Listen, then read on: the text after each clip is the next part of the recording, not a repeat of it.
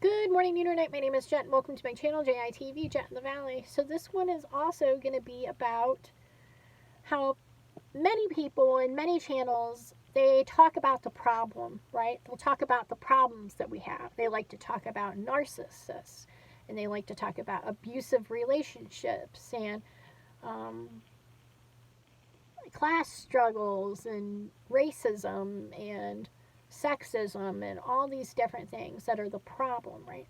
And all these channels are allowed to talk about the problem.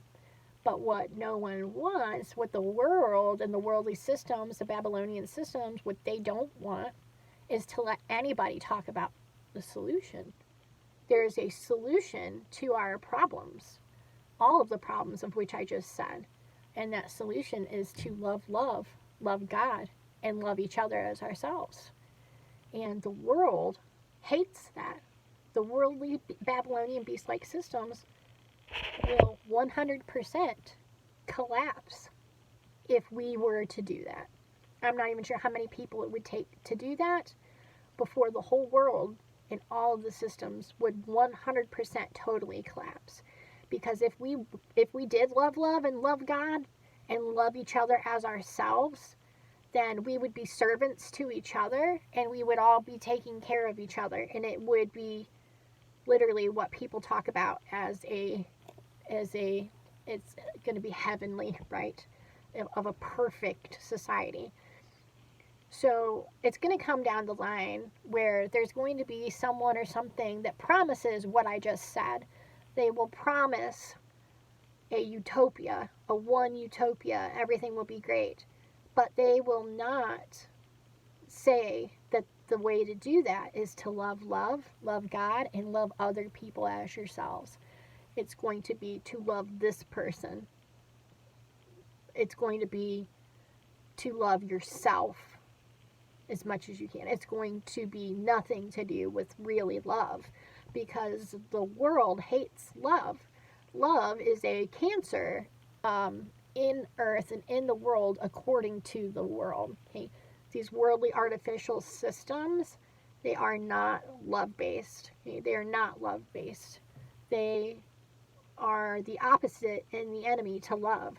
But the problem is, love has the capacity to love its enemies, right? We love and love other people, and we love our enemies. And the enemies, they're copycats. They want to be us, but they hate us. They can't be us because they have no part in love. They are not of the Most High God, right? To become of the Most High God, you have to be born of water, which means you have to be a human. And you have to be born again, which means you need the Spirit of Jesus Christ. You need to be spiritually birthed. You need to change your mind about liking evil and liking bad stuff, or figure out there's good and there's bad, and stop doing the bad stuff that's leading to death. Literally everything bad leads to death and will give you nothing that you want, okay? Nothing eternal and everlasting. Change your mind about doing the bad stuff. You get the Spirit of Jesus Christ, and the Holy Spirit will baptize you, which is all life. It's the frequency of life and love. God is love. It's the frequency of life and love. Okay? When humans are in a fallen, less than perfect condition, schools don't teach about frequency. They don't talk about the frequency of reality and the light. And we all know what happened to Nikola Tesla. We know we're not using his technology. Now there's so many people that do have the Spirit, and they're learning, and they can recreate much of the stuff that Tesla did, and they are starting to realize what a hoax all of the whole world systems are, and what a scam and what a racket it is that we could have had free energy, wireless free energy in every single place, but instead they chose to wire the energy so that they could control it, and that they can make money off of it, so they can profit. They can enslave you, they can be in charge of it, and they can charge you money for it. That is a trick of the enemy. Wait, what was this one about? I put my notes away because it's dark, but I will go ahead and put it on here. It is a trick, and one of the oldest tricks of the anti-love, the enemy, the worldly system. They create artificial scarcity, right? Say there's a resource that's never ending and abundant or whatever. They figure out a way to make it limited, right? So that happens with all types of things. This world and the Most High God created for abundance, okay? Because God is life, synonymous together. We have a virus in our system that is called evil and bad, right? But this was originally created by the Most High God, who is awesome and perfect and love. So there's still the capacity to have an abundance of everything that we could ever possibly need here. But the beast-like Babylonian systems, instead of man, human with a soul running the earth, we lost our right. We lost our dominionship, and it went to anti-love, which is called Satan. Okay? Satanic, Satan, enemy, evil is what is in charge of running the worldly systems. We lost our dominion. We are supposed to run it. Now, since we let in evil, look what's happened to Earth. It's almost dead. They're destroyers of the Earth, right?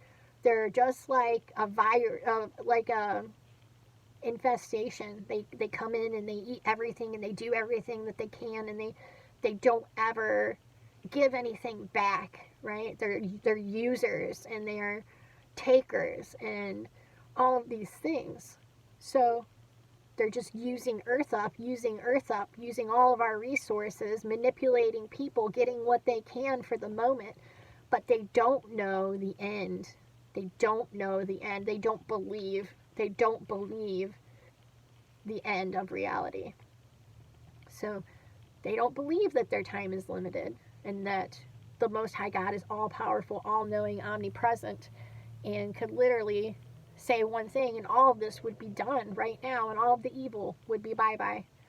But thankfully, God has the capacity to long suffer. It means he can suffer a long time. Most of us can't suffer a freaking day. It hurts. It's hard to be empathetic for your kids. It's draining. They get hurt and it's like, oh my gosh, you're hurt again? Are you freaking serious? But you can't do that. You have to show compassion and love and have long suffering, all of these things. And it's draining and it's wearing. But that is how the Most High God is. And he loves all of his children. And not one of his children will be lost. It says it 3 different times. Not one person that he gave to Jesus will be lost. And so he's long suffering, watching all of us make all these mistakes and get hurt and do all of these things because we got deceived and tricked by the virus of evil and badness and the Babylonian systems and all of these different things. We are in deception. And it hurts God to see that and to know that this is what's happening. But if he just snapped his fingers and ended it now, that's not giving everybody the chance they need to be redeemed, right? Everybody, it's all in due time. Everybody in a body is going to have the chance to say yes to love and the Spirit of Jesus Christ, or no, I don't want it. So I want to keep doing evil and I want to keep doing bad. But everybody in a body is going to have the chance to say, yes, I do want that. And when the last person has said yes or no, then that is when the end will come, okay? And you can read about it and study it and all these different things. And you don't have to get into all the details right away. But God is love and he created us out of love. So when I hear people scared in saying all of these different things that they're saying, they're scared and they think God is so vengeful and wrathful, which vengeance is the Lord's. That is true. But he created us out of love because he loves us and he wants to have a relationship with us. So what do you think? He's just going to let us end and nothing, you think there's not a plan that's awesome and perfect? You have to look ahead. We have to grab on to the promises of the Most High God.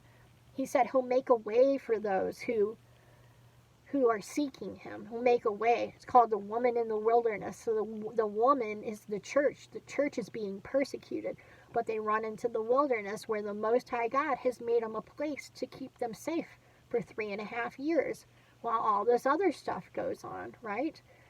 And that's just part of the plan. Now, looking at society and the way things are going, yes, it is scary. It can be scary. Looking at the skies and seeing what's going on, yes, it can be scary. But you have to grab onto the promises of the Most High God. Stop focusing on the scary part. Start focusing on where we're going, what we're doing. We have work to do. We're not just people, we're not just going to heaven and then that's the end of it and all of these things, because you read in Revelations that the people in heaven are mad. They're mad in heaven. People think heaven is just a place that's like everybody's perfect and floating on a cloud. But this group of people who was murdered and persecuted and killed, they say, when are you going to do the vengeance thing? We're mad. We want vengeance. And God says, just a little longer. We have to wait and let it all, this is how it has to be. If it didn't have to be this way, then it wouldn't be this way. But this is the way that it has to be. So you need to hold on to God's promises, seek them out, understand that you rest in the shelter of the Most High God, right? You take a hold of that and you try to be like Christ the best that you can. You try and get the mind of Christ and be a love-based living individual. And that is what our job here is. And by doing that, you're shining the light to anybody who comes in contact with you. And they can see that they can get out of the darkness and the scary, evil, nasty stuff that they're doing, right? And they can step into the marvelous, glorious light of God, which is love. You can do that. You can be born again. You can have all the things that I've said, and you can have all the promises of God because He wants to give them. It says His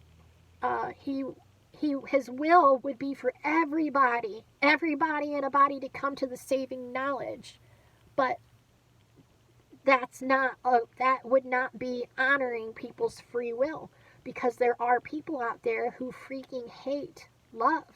They hate love. They hate God.